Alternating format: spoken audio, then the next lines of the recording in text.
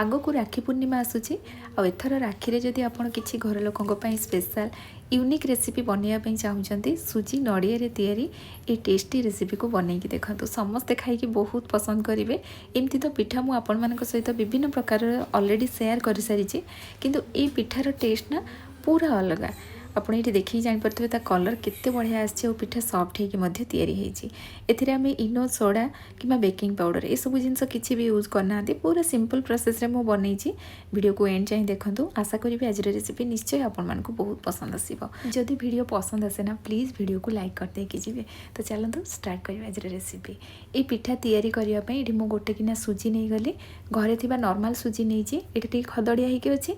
चलतु यहाँ आम ग्राइंडिंग करनवा से मुझे ग्राइंडर जार नहीं गली सुजी ऐड करवा आमती जदि आप नॉर्मल ग्राइंडिंग करेंगे ना हल्का टे खदड़िया रही सुजीटा से किछि किछि सेकेंड गैप देके 2 मिनट पाखापाखि ग्राइंडिंग करदे देखिए ये पूरा पाउडर हो देखिपे पूरा फाइन पाउडर हो जाइए सुजीटा बिल्कुल भी खदड़िया अंश ना। आपड़ चाहिए डायरेक्ट या सुजी रे एमती ही तैयारी करेंगे किंतु एमती ग्राइंडिंग करदे कौन ये बिल्कुल जना पड़ोनी सुजी रे तैयारी होती जी भी खाइबे ता सहित बैटरटा ना पूरा चाउल बटा जमती से टाइप हो।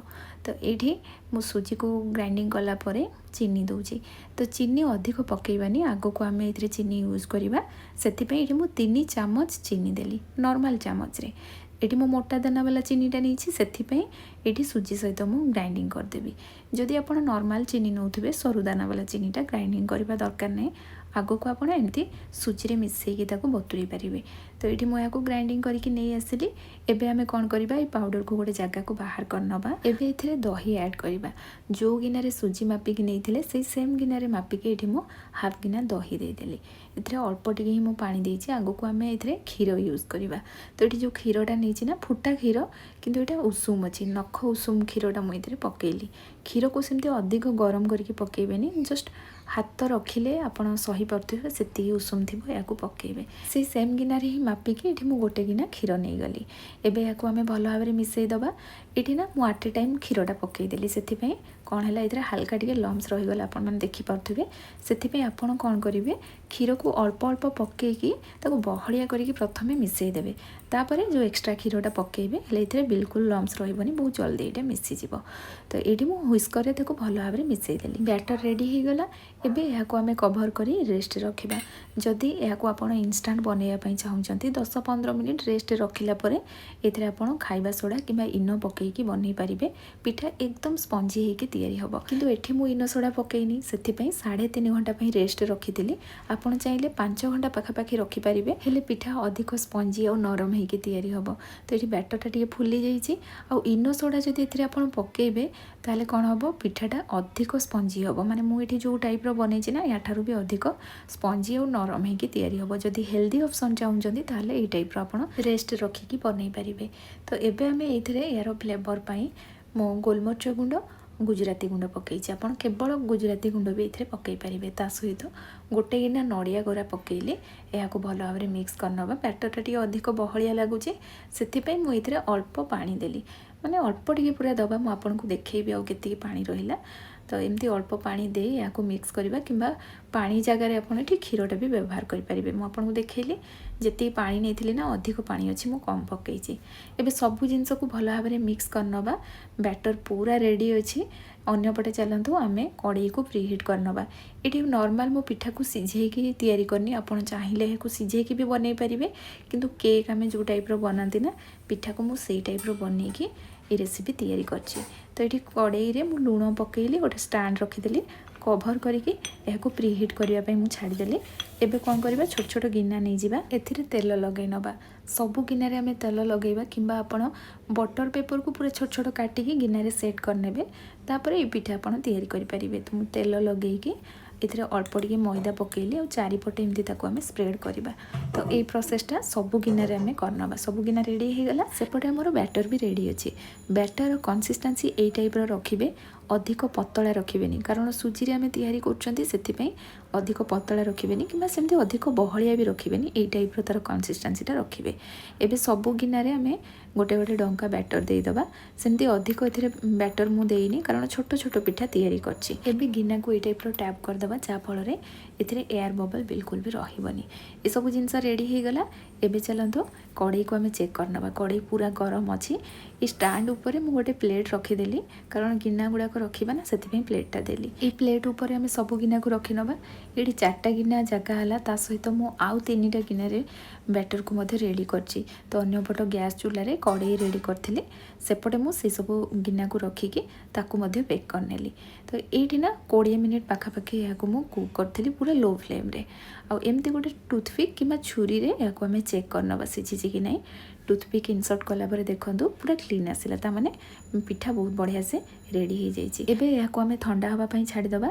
ठंडा हला परे पिठा गुडा को ऑटोमेटिक गिनारू बाहरी आसीबो। तो एठी देखंतु एटा ठंडा हो जाइए आ साइड रू भी छाड़ी छाड़ी का जाइए इजिली एटा बाहरी आसिला। सब पिठा गुडा को रेडी हो जाइए।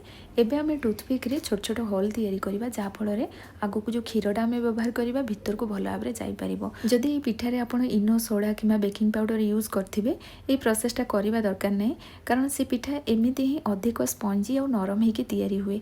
तो से क्षीर को ऑटोमेटिक एब्जॉर्ब करना बहुत कम समय भितर। तो ये प्रोसेसटा करवा दरकार नहीं। एबे हमें चीनी को कैरामलाइज करबा सेथिपई एठी मु अधिक मात्रा रे चीनी नेइची। मीठा जेतिकी पसंद करंती से अनुसार चीनी नहीं जिबे। आउ ए पिठा को ना मु मीठा रखिछि सेथिपई प्रथमरु पिठा रे मु लूण पकई नथली किंतु आगो को अल्प टिके मु इथरे लूण पकेइबी। जदि कढ़ई को आमे धुआं आसीबा जाई गरम कर देबा तापर चीनीटा पकेइबा देखिबे सांगे सांगे चीनीटा कैरामलाइज हो जिवो। किंबा आपण लो फ्लेम रे भी टिके समय देके भी करि परिबे किंतु मु एठी कढ़ई को भलो भाबरे गरम कर देइतिली। चीनी पकेइला मात्रे ही एटा मेल्ट होबा आरंभ हो गला। जेहेतु कढ़ई अधिक गरम थिला सेथिपई मु कोन कली एठी गैस रो फ्लेम पूरा लो कर देली। आउ एठी देखंतु धीरे धीरे एटा पूरा मेल्ट हो जाइछि जेमती महुटा हमर देखा जाय ना बस सेई टाइप रो एटा देखा आउछि। एतिकी रहिला परे आपण एठी क्षीरटा पकेइ परिबे किबा प्रथम रु तो क्षीर दबानी प्रथम टिके आमे पानी दबा किंतु यार कलरटा आ टिके मु चेंज करिछि किंतु अधिक आपण सेमती फुटेइबेनी नहले कोन हबो एटा पिता लागिबो सेटा आपण ध्यान रखिबे। जेतेबेले चीनी रे हल्का ए टाइप रो फेण आसी गला ना मु गैस रो फ्लेम बंद कर देइथिली। आ एटा अधिक गरम थिबो जदि आपण पानी पकेइबे से ऊपर को छिटकिबो सेटा ध्यान रखिबे। तो आपण कोन करिवे गैस रो फ्लेम बंद करी एथिरे पानीटा पकेइबे अल्प अल्प एमती पानी देई ताको मिक्स करिवे देखिए किछि समय भितर एटा नॉर्मल हो जिवो। तो तापर एठी हमें गैस ऑन करबा आ इथरे हमें क्षीर दबा। प्रथम रु क्षीर पकेइबेनी प्रथम रु अल्प एमती टिके पानी देबे तापर क्षीरटा पकेइबा। तो एठी जेतिकी क्षीर दरकार आपण जेतिकी पिठा तैयारी करछंती से अनुसार क्षीर देई देबे।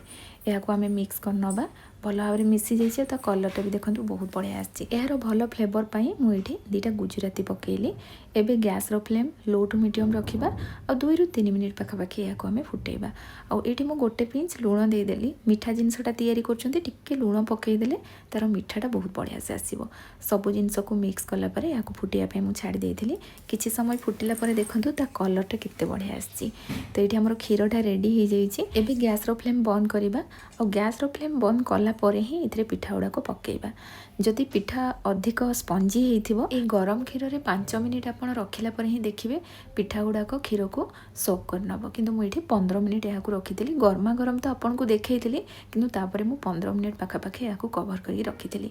पिठा खाइबा पई एमती 15 मिनिट भितर रेडी हो जिवो। किंतु इथरे जदि आमे टिके काजू भाजी की देबा एमती तेजपत्र पकेइ देबा पिठाटा खाइबा पई अधिक टेस्टी लागिबो। सेति पई मु घी गरम करी एथरे तेजपत्र पकेइ देली। काजू को पूरा गुंड टाइप रो गुंड तो नुह टिके दरदरा टाइप रो करी मु इथरे पकेइली। टिके भाजिला परे या ऊपर पकेइ दबा आ या को कवर करी 15 मिनिट पाखापाखि रखी नबा।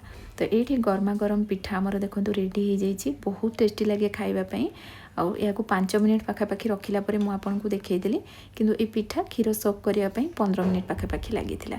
तो ए टाइप रो देखंतु ता कलरटा आछि। जदि आपनको कैरामलाइज रो फ्लेवर पसंद नाही ना आपण नॉर्मल क्षीर रे भी बनै परिबे। एमती कहिबा पई गले तो क्षीर रे हमें पिठा पकेई सब बेले खाउचंती किंतु कैरामलाइज रो फ्लेवरटा भी टिके यूनिक सेति पई निहाती भाबरे ट्राई करंतु। समस्त को एटा बहुत पसंद आसीबो। आज रो ए पिठा आपण मानको केमिति लागिला निश्चय कमेंट सेक्शन रे जणेबे। जदि रेसिपी पसंद आस्तिबो कमेंट न कले नै एटलिस्ट गोटे लाइक कर देबे। मु जानिबी आपण मानको रेसिपी पसंद आछि। आ चैनल नुआ थिले सब्सक्राइब करिवे। फेसबुक पेज रे थिले निश्चय फॉलो करनियंतु। पुणी आसीबी नुआ रेसिपी नै सेति पर्यंत रहूची। धन्यवाद।